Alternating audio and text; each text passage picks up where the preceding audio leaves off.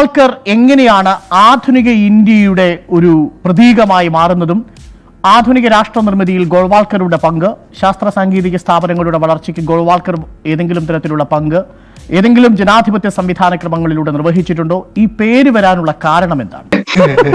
രാജീവ് ഗാന്ധി ഖേൽരത്ന എന്ന് പറയുന്ന രാജ്യത്തിന്റെ പരമോന്നത സ്പോർട്സ് താരങ്ങൾക്കുള്ള പുരസ്കാരം നൽകുന്നത് രാജീവ് ഗാന്ധി എന്ത് കളി കളിച്ചിട്ടാണ് എന്ന് ആരും ഇതേവരെ ഇവിടെ ചോദിച്ചിട്ടില്ല. ഇന്ദിരാഗാന്ധി അന്താരാഷ്ട്ര വിമാനത്താവളത്തിന്റെ പേരിട്ടത് ഇന്ദിരാഗാന്ധി വിമാനം ഓടിച്ചതുകൊണ്ടാണോ എന്നും ആരും ചോദിച്ചിട്ടില്ല.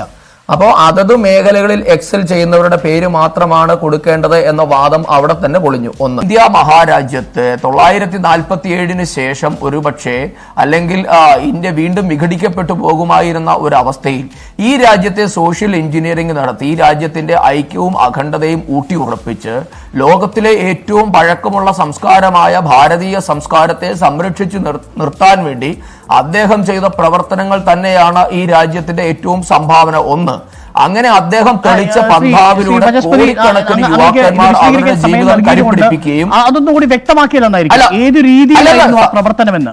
അല്ലല്ലോ, അതാണ് പറഞ്ഞു വരുന്നത്. ഗോൾവൾക്കർ സൃഷ്ടിച്ച അല്ലെങ്കിൽ അദ്ദേഹം കാണിച്ചു തന്ന പന്ഥാവിലൂടെ കോടിക്കണക്കിന് യുവാക്കൾ വരികയും അവരുടെ ജീവിതം ഈ നാടിന് വേണ്ടി അവർ സമർപ്പിക്കുകയും ചെയ്തു. അപ്പൊ സ്വാഭാവികമായും അദ്ദേഹം തെളിച്ച പാതയിലൂടെ വരുന്ന ആൾക്കാർ ഈ രാജ്യത്തിന്റെ ഭൂരിപക്ഷമാകുമ്പോൾ അവർക്ക് അദ്ദേഹത്തെ ആദരിക്കണമെന്ന് തോന്നുമ്പോഴാണ് ഇത്തരം കാര്യങ്ങളൊക്കെ ചെയ്യുന്നത്. ലോകത്തിൽ എല്ലായിടത്തും അങ്ങനെയാണ്. പുതിയ പുതിയ ആശയഗതികളുമായി വരുന്ന നേതാക്കന്മാർ അവർ കാണിച്ചു തന്ന പന്ഥാവിലൂടെ പിൻതലമുറ നടന്നു വരുമ്പോഴാണ് അവരോടുള്ള ആദര സൂചകമായി ചില സ്മാരകങ്ങൾ ഈ നാട്ടിലുണ്ടാക്കുന്നത്. പിന്നെ രണ്ടാമത്തെ കാര്യം, RSS ഒരിക്കലും അദ്ദേഹത്തിന്റെ പേരിൽ സ്മാരകം വേണമെന്ന് ആവശ്യപ്പെട്ടിട്ടുള്ള ഒരു സംഘടനയല്ല. അല്ലെങ്കിൽ ഗുരുജിയുടെ പേരിൽ ഏതെങ്കിലും രീതിയിൽ ഈ രാജ്യത്ത് മറ്റൊരു സ്ഥാപനവുമില്ല എന്നും കൂടി അങ്ങ് മനസ്സിലാക്കണം. BJP ഭരിക്കുന്ന സംസ്ഥാനങ്ങളിലും എങ്ങും ഗുരുജിയുടെ പേരിൽ ഒരു സ്ഥാപനമില്ല എന്നതാണ് യാഥാർത്ഥ്യം. അങ്ങനെയൊക്കെ വഴിയില്ല.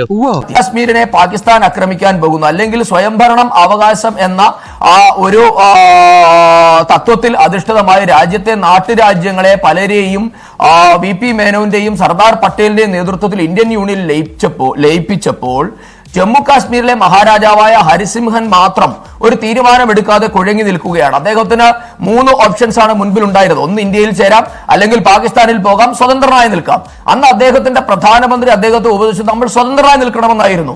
ഏകദേശം ഹരിസിംഹൻ ആ തീരുമാനത്തിലേക്ക് എത്തുമ്പോഴാണ് പാകിസ്ഥാൻ പട്ടാളം ആക്രമിക്കുമെന്ന ഒരു സ്ഥിതി ഉണ്ടാകുകയും നെഹ്റുവിന്റെ നേതൃത്വത്തിൽ ഷെയ്ഖ് അബ്ദുള്ള അടക്കമുള്ളവർ കാശ്മീരിന്റെ കുഴപ്പങ്ങൾക്ക് വേണ്ടി ഷെയ്ഖ് അബ്ദുള്ളയുടെ നേതൃത്വത്തിൽ അവിടെ പ്രശ്നങ്ങൾ നടക്കുമ്പോഴുമാണ് ഗുരുജി സർദാർ വല്ലഭായ് പട്ടേലിന്റെ ആവശ്യപ്രകാരം ഗുരുജി പോയി ഹരിസിംഹനെ കണ്ടതിന് ശേഷമാണ് ഹരിസിംഹൻ തന്റെ തീരുമാനം മാറ്റി ഇന്ത്യൻ യൂണിയനിൽ ലയിക്കാൻ തീരുമാനിച്ചത്. 1963 ചൈന നേപ്പാൾ വഴി ഇന്ത്യയിലേക്ക് കടക്കാൻ ശ്രമിക്കുമ്പോൾ ഇന്ത്യക്കെതിരെയുള്ള ആയുധമായി നേപ്പാളിനെ ഉപയോഗിക്കാൻ ശ്രമിക്കുന്നു എന്ന വാർത്തകൾ പുറത്തു വന്നപ്പോൾ 1963 ഗുരുജി ഗോൾവൾക്കർ കാഠ്മണ്ഡുവിലെത്തി നേപ്പാൾ രാജാവുമായി നടത്തിയ 3 ദിവസത്തെ അഖണ്ഡമായ സംഭാഷണത്തിന് ഒടുവിലാണ് നേപ്പാൾ ചൈനയുടെ കയ്യിലെ ടൂൾ ആകേണ്ട എന്ന് തീരുമാനിച്ചത്. ഇത് നമ്മളാരും പറഞ്ഞതല്ല. അന്നത്തെ ആഭ്യന്തരമന്ത്രിയായിരുന്ന ലാൽ ബഹദൂർ ശാസ്ത്രി പിൽക്കാലത്ത് ഇന്ത്യൻ പ്രധാനമന്ത്രിയായി തീർന്ന അടൽ ബിഹാരി വാജ്പേയിയോട് പാർലമെന്റിൽ വെച്ച് പറഞ്ഞ കാര്യത്തെ പറ്റിയാണ് ഇന്ന് സംസാരിച്ചത്.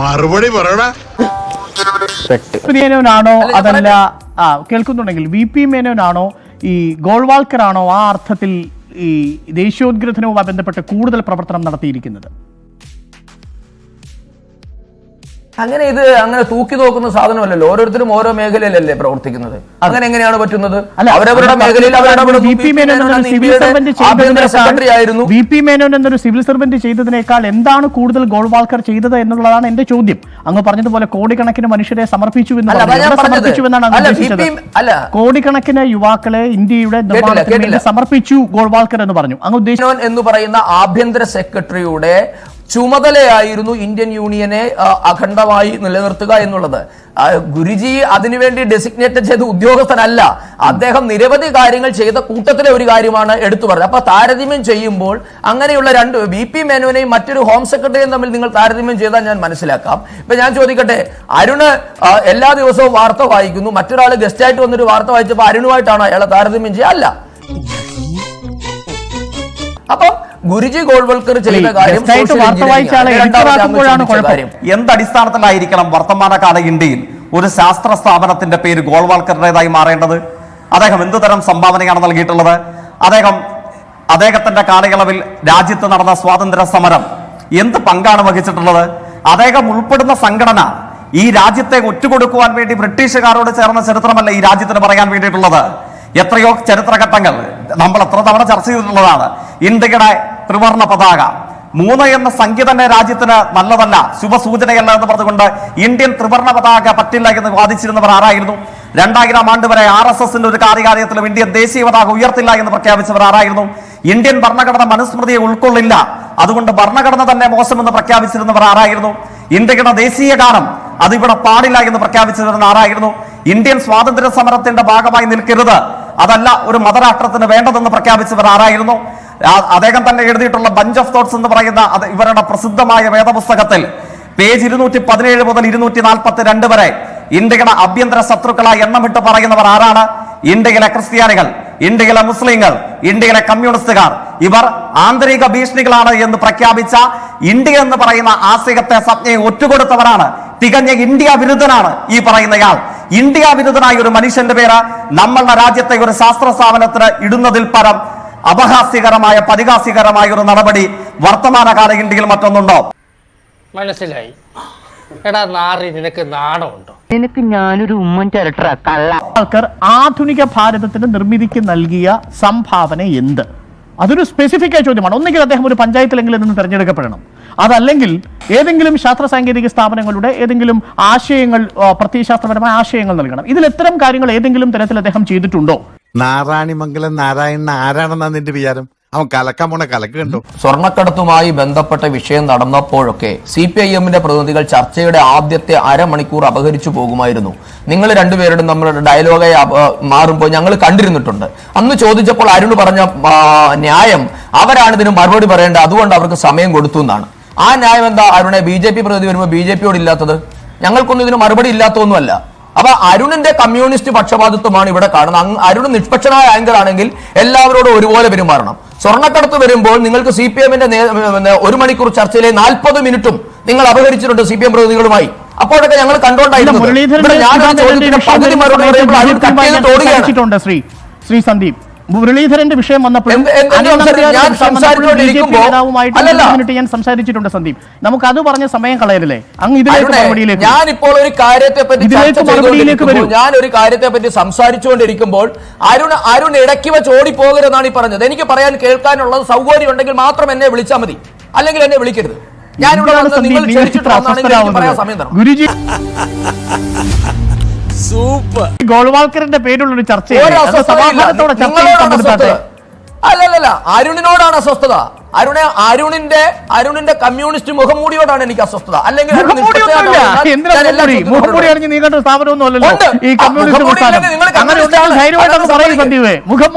നേരിട്ടങ്ങ് പറയും. പക്ഷെ ഞാൻ അല്ലാത്തതുകൊണ്ട് എനിക്ക് പറയാൻ പറ്റില്ല.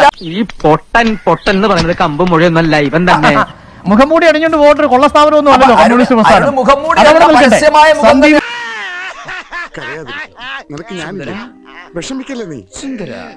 പ്രകാരം പറയുന്നുണ്ടായിരുന്നു, ഞാൻ പഠിച്ച സാമൂഹ്യ ശാസ്ത്രത്തിൽ ഇതൊന്നും കണ്ടിട്ടില്ല. അത് തന്നെയാണ് ഈ നാടിന്റെ കുഴപ്പം. നിങ്ങൾ പഠിച്ച സാമൂഹ്യ ശാസ്ത്രമല്ല ഇവിടുത്തെ യഥാർത്ഥ സാമൂഹ്യ ശാസ്ത്രം എന്നുള്ളതാണ് ഞങ്ങൾ ജനങ്ങളോട് പറയാൻ ആഗ്രഹിക്കുന്നതും ഈ നാട് ആഗ്രഹിക്കുന്നതും. നിങ്ങൾ പഠിച്ച തലതിരിഞ്ഞ സാമൂഹ്യ ശാസ്ത്രത്തിന്റെ ചുവട് പിടിച്ചു പോകാൻ ഈ രാജ്യം ഇനി ആഗ്രഹിക്കുന്നില്ല. അതുകൊണ്ടാണ് താങ്കൾക്ക് ഏതോ ഒരു രാജ്യവുമായി ഏതോ ഒരു സംസ്ഥാനം എന്നൊക്കെ തോന്നിയത്. താങ്കൾക്ക് കമ്മ്യൂണിസ്റ്റുകാർക്ക് കശ്മീർ എന്നൊക്കെ കേൾക്കുമ്പോൾ ഏതോ ഒരു സംസ്ഥാനമായി തോന്നിയത് അതുകൊണ്ടാണ്. കശ്മീരിന് ഇന്ത്യയുടെ ചരിത്രത്തിലുള്ള സ്ഥാനം എന്താണ് എന്നും കശ്മീരിനെ ഇന്ത്യയിലേക്ക് ലയിപ്പിക്കാൻ ഗുരുജി ഗോൾവൽക്കർ നടത്തിയ പങ്ക് എന്താണ് എന്നും വിവരമുള്ള ഏതെങ്കിലും കമ്മ്യൂണിസ്റ്റുകാരുണ്ടെങ്കിൽ അവരോട് ചോദിച്ചാൽ അവർ പറയും. ഒന്ന്, സ്വാതന്ത്ര്യ സമരവുമായി എന്താണ് RSSന് ബന്ധമെന്നുള്ളത്? ഞങ്ങൾ സ്വാതന്ത്ര്യ സമരത്തിൽ എന്തോ ചെയ്തു എന്നൊക്കെയാണ് പറയുന്നത്. എന്താണ് RSSന്റെ സ്വാതന്ത്ര്യ സമര ബന്ധത്തെ പറ്റി താങ്കൾക്ക് അറിയുമോ സുഹൃത്തെ? RSSന്റെ സർസംഘചാലകായ ഡോക്ടർ കേശവബലിറാം ഹെഡ്ഗേവാർ എന്ന് പറയുന്ന സ്വാതന്ത്ര്യ സമര സേനാനിയെ പറ്റി താങ്കൾ കേട്ടിട്ടുണ്ടോ? അദ്ദേഹം ഇന്ത്യൻ നാഷണൽ കോൺഗ്രസിന്റെ വിദർഭ പ്രാന്തത്തിന്റെ സെക്രട്ടറി ആയിരുന്നുവെന്നും ഉപ്പ് സത്യാഗ്രഹത്തിന് സമാന്തരമായി മറ്റ് സംസ്ഥാനങ്ങളിൽ നടന്ന വനസത്യാഗ്രഹത്തിൽ പങ്കെടുത്ത് 6 മാസം തടവ് ശിക്ഷ അനുഭവിച്ച ആളാണ് ഡോക്ടർ കേശവബലിറാം ഹെഡ്ഗേവാർ എന്നും താങ്കൾ ആദ്യം മനസ്സിലാക്കണം. ആയിരക്കണക്കിന് സ്വയം സേവകർ സ്വാതന്ത്ര്യ സമരത്തിൽ പങ്കെടുത്തിട്ടുണ്ട്. അതൊന്നും നിങ്ങളുടെ സർട്ടിഫിക്കറ്റ് ഞങ്ങൾക്ക് വേണ്ട. ഞാൻ എന്നേ പറഞ്ഞില്ലേ ഇതൊക്കെ പറ്റിപ്പാണ്. പിന്നെ സ്വാതന്ത്ര്യ സമരത്തെ ഒറ്റുകൊടുത്ത ചരിത്രം എന്നെ കൊണ്ട് പറയിപ്പിക്കരുത്. PC ജോഷി മാക്സ്വെൽ എന്ന് പറയുന്ന ബ്രിട്ടീഷുകാർക്ക് എഴുതിയ കത്ത് നാഷണൽ ആർക്കൈവ്സിൽ നിന്ന് പുറത്തു വന്നിട്ടുണ്ട്. വേണമെങ്കിൽ ഞാനത് അയച്ചു തരാം. ഞങ്ങളുടെ പ്രവർത്തനത്തെ ഇവിടെ അനുവദിച്ചാൽ ബ്രിട്ടീഷുകാർക്ക് വേണ്ടുന്ന എല്ലാ സഹായങ്ങളും ചെയ്തു തരാമെന്ന് റെജിനാൾഡ് മാക്സ്വെൽ എന്ന് പറയുന്ന ബ്രിട്ടീഷ് ആഭ്യന്തര വകുപ്പ് ഉദ്യോഗസ്ഥൻ അയച്ച കത്തുണ്ട്. ഇവിടെ ദേശാഭിമാനി അടക്കമുള്ളവ തുടങ്ങിയത് ബ്രിട്ടീഷുകാരുടെ സാമ്പത്തിക സഹായം കിട്ടിയിട്ടാണ്. നിങ്ങൾ സുഭാഷ് ചന്ദ്രബോസിനെ ഞങ്ങളുടെ നേതാവല്ലി ചെറ്റ, ജപ്പാൻകാരുടെ കാല് നക്കി എന്ന് വിളിച്ചത് ബ്രിട്ടീഷുകാരുടെ പാദസേവ ചെയ്തിട്ടാണ് എന്ന് ഞങ്ങൾക്കറിയാം. 1942 നിങ്ങൾ ക്വിറ്റ് ഇന്ത്യ സമരത്തെ ഒറ്റുകൊടുത്തത് ബ്രിട്ടീഷുകാരന്റെ കാല് കഴുകി കുടിച്ചിട്ടാണെന്ന് ഞങ്ങൾക്കറിയാം. ഇന്ത്യ മഹാരാജ്യത്ത് ബ്രിട്ടീഷുകാരന്റെ കാല് കഴുകി കുടിച്ച ഏക പ്രസ്ഥാനമാണ് CPM. ആ ചരിത്രം എന്നെ കൊണ്ട് പറയിപ്പിക്കരുത്. ഡാങ്കെ കത്തുകൾ എന്ന് പറഞ്ഞ അറിയില്ലെങ്കിൽ അങ്ങ് പാർട്ടിയിലെ വിവരമുള്ള ആരോടെങ്കിലും ഡാങ്കെ കത്ത് എന്താണ് എന്ന് ചോദിക്കണം.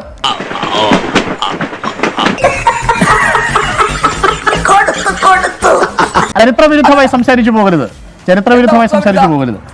അങ്ങ് പറഞ്ഞല്ലോ ഈ ആയിരത്തോളം ആളുകളാണ് സ്വാതന്ത്ര്യ സമരത്തിൽ പങ്കെടുത്തത് എന്ന് പറഞ്ഞു.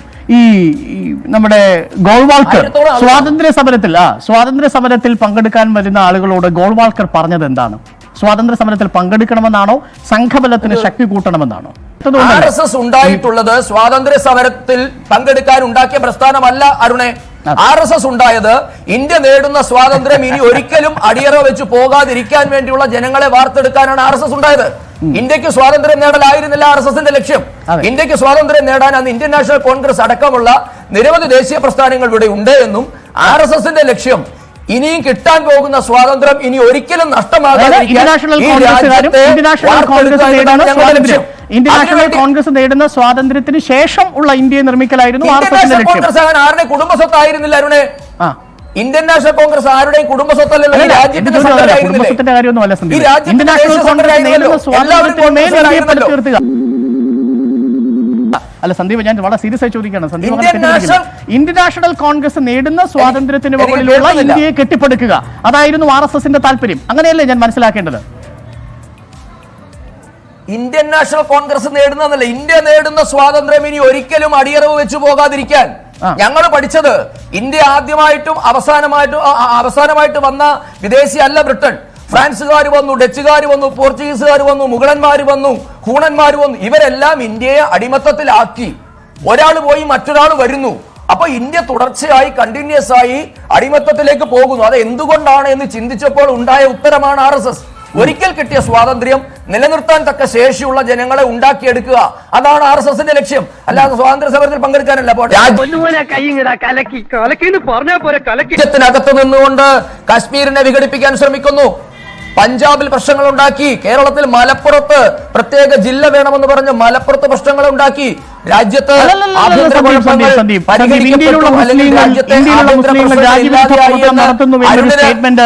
സന്ദീപിന് നമ്മുടെ ചാനലിലൂടെ പറയാൻ കഴിയില്ല. അത് BJPയുടെ ഫോറങ്ങളിൽ നിങ്ങൾ പറഞ്ഞോളൂ. ഇന്ത്യ വിരുദ്ധമായ പ്രവർത്തനങ്ങൾ ഇന്ത്യയിൽ മുസ്ലിം നടത്തുന്നു എന്ന അഭിപ്രായം ഞങ്ങൾക്കില്ല. ആരാണ്? പാകിസ്ഥാനിയാണോ? അത് മുസ്ലിങ്ങളായതുകൊണ്ടല്ലോ. രാജ്യവിരുദ്ധനാവുന്നത് കൊണ്ടാണോ? അങ്ങനെയാണെങ്കിൽ സ്ഫോടന കേസിലെ പ്രതി മലേഗാവ് സ്ഫോടന കേസിലെ പ്രതി ഇന്ത്യ വിരുദ്ധനല്ലേ? മലേഗാവ് സ്ഫോടന കേസിലെ പ്രതി ഒരു ഹിന്ദുവാകുമ്പോ അവർ സ്വാഭാവികമായി ഹിന്ദുക്കൾ ഇന്ത്യക്കെതിരാണെന്ന് താങ്കൾ നിലപാടെടുക്കുമോ? എന്നാണോ ഞാൻ മുസ്ലിങ്ങൾ ഇന്ത്യക്കെതിരെ? അതാണ് ഒരു വ്യക്തിയെ ചൂണ്ടിക്കാണിച്ച് ഒരു സമുദായത്തെ താങ്കൾ അളക്കരുത്. ഒരു വ്യക്തിയെ ചൂണ്ടിക്കാണിച്ച് സമുദായത്തെ അളക്കരുത്. ഞാൻ പറഞ്ഞു വളരെ സ്ട്രൈറ്റ് ആയിട്ടാ ചോദിക്കുന്നത്. മുസ്ലിങ്ങൾ ഇന്ത്യയിലെ 100% മുസ്ലിങ്ങളും ഇന്ത്യക്കെതിരാണ് എന്ന് ഞാൻ പറഞ്ഞതായിട്ട് അരുണ് കാണിച്ചാൽ അങ്ങനെയല്ലല്ലോ താങ്കൾ പറഞ്ഞത്. മുസ്ലിങ്ങൾ ഇന്ത്യ വിരുദ്ധമായ പ്രവർത്തനം നടത്തുന്നു എന്ന സ്റ്റേറ്റ്മെന്റ് പറയാൻ കഴിയില്ല. അതിലും മുസ്ലിങ്ങൾ ഉണ്ടാവാം, ഹിന്ദുക്കൾ ഉണ്ടാവാം, മറ്റ് വിഭാഗങ്ങൾ ഉണ്ടാവാം, തീവ്രവാദികൾ ഉണ്ടാവാം. ഒരു മതവിഭാഗത്തെ നമുക്ക് അങ്ങനെ കൂട്ടിയോജിപ്പിക്കാൻ കഴിയില്ല സന്ദീപ്. അത് ശരിയല്ല. അതുകൊണ്ടാണ് ഒരു മതവിഭാഗത്തെ നമുക്ക് അങ്ങനെ കൂട്ടിയോജിപ്പിക്കേണ്ട ആവശ്യമില്ല. അതുകൊണ്ടാണ് പാകിസ്ഥാൻ അവിടെ ഇരിക്കുന്നുണ്ട്. അങ്ങനെയാണെങ്കിൽ ചൈനയുടെ ഭാഗത്ത് വരുമ്പോൾ കമ്മ്യൂണിസ്റ്റുകാർ മുഴുവൻ രാജ്യദ്രോഹികളാണെന്ന് പറയുന്നല്ലോ. ശരി. അപ്പൊ അരുണിന്റെ വാദം കഴിഞ്ഞല്ലോ. ഇവിടെ ഇന്ത്യക്കകത്ത് നിന്ന് മുസ്ലിങ്ങൾ പ്രവർത്തിക്കുന്നുണ്ട് എന്നത് ഉണ്ട്. അതിന്റെ അർത്ഥം 100% മുസ്ലിങ്ങൾ എന്നല്ല. ഇന്ത്യക്കെതിരെ പ്രവർത്തിക്കുന്ന ഹിന്ദുക്കളുണ്ട്. ഇന്ത്യക്കെതിരെ പ്രവർത്തിക്കുന്ന ക്രിസ്ത്യാനികളുണ്ട്. ഇല്ലെന്ന് ആര് പറഞ്ഞു? ഞാൻ പറഞ്ഞു. നിങ്ങൾ എന്തിനാ എഴുതാപ്പുറം വായിക്കുന്നേ? നിങ്ങൾ എന്റെ അടുത്ത് ചോദിച്ച ചോദ്യം, ഇന്ത്യക്കെതിരെ പ്രവർത്തിക്കുന്ന മുസ്ലിങ്ങൾ ഉണ്ടോ? ഉണ്ട്. തടിയന്റെ അവിടെ നസീർ ആരാണ്? അബ്ദുൽ നാസർ മദനി ആരാണ്? ഭട്കൽ ആരാണ്? മുഹമ്മദ് റിയാസ് ആരാണ്? ആയിരക്കണക്കിന് പേരെ പേര് ഞാൻ പറയാം. അപ്പോ അതിന്റെ അർത്ഥം 100% മുസ്ലിങ്ങൾ ഇന്ത്യക്കെതിരെ പ്രവർത്തിക്കുന്നു എന്ന് ഞാൻ പറഞ്ഞു എന്ന് പറഞ്ഞാൽ അരുണെ മാനനഷ്ടത്തിന് ഞാൻ കേസ് കൊടുക്കും. അരുണ പ്രസ്താവന പിൻവലിക്കണം. അതൊക്കെ ഗോപാലകൃഷ്ണൻ ഒരു നമ്പറല്ലേ?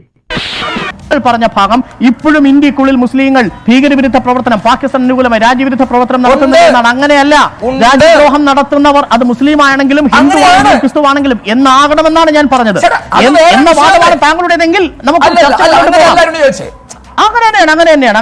ഒരു വ്യക്തിയെ ചൂണ്ടിക്കാണിച്ചിട്ട് മതത്തെ കുറിച്ച് പറയാൻ കഴിയില്ല എന്നുള്ളതാണ്. സന്ദീപ് ഇതിലേക്ക് വരൂ. ബെഞ്ച് ഈ വിചാരധാരയിലേക്ക് വരും.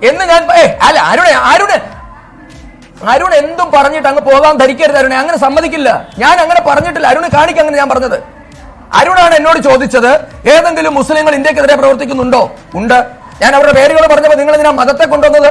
ഞാൻ അവരുടെ മതത്തെ പറഞ്ഞോ? നിങ്ങളാണ് ചോദിച്ചത് ഏതെങ്കിലും മുസ്ലിം പ്രവർത്തിക്കുന്നുണ്ടോ എന്ന് വെച്ചാൽ ഉണ്ട്. 10 ലക്ഷമല്ല, കോടിക്കണക്കിന് മുസ്ലിങ്ങൾ പ്രവർത്തിക്കുന്നുണ്ട്. അതിന്റെ അർത്ഥം മുസ്ലിം മുഴുവൻ ഇന്ത്യക്കെതിരെ പ്രവർത്തിക്കുന്നു എന്നാണെന്ന് ഞാൻ പറഞ്ഞെന്നാണോ? കാര്യങ്ങളൊക്കെ കൈവിട്ട് പോയല്ലോ തിരുവട്ടമാ. ഞാൻ തിരുവനന്തപുരത്തേക്കൊന്ന് വിളിച്ചാലോ? നീ പോയി വിളിച്ചോടാ. തൽക്കാലം ഇത്രയും മതി. വരട്ടെ.